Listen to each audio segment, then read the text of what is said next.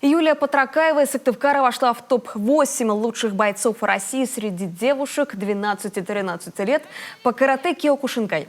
Она и еще 20 спортсменов из Коми приняли участие в международных соревнованиях Russian Open Junior Cup 2021. Турнир проходит ежегодно в Москве, но каратисты из нашей республики впервые приняли участие в мероприятии такого масштаба.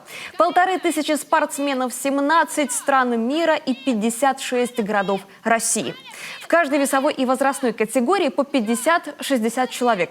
Соревнования сложные, да и уровень серьезный. Наши готовились к этому 2 последних года. Там случайных бойцов нет. И к такому уровню нужно готовиться долго и сильно.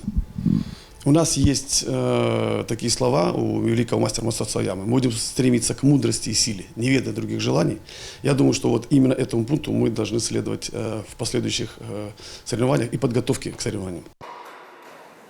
Потенциал у Коми большой, нужно просто приложить усилия. Это слова Валерия Малышева, президента региональной федерации карате. График на ближайшие месяцы плотный. Первенство России, затем Европы, впереди и международные соревнования. Они пройдут в Японии.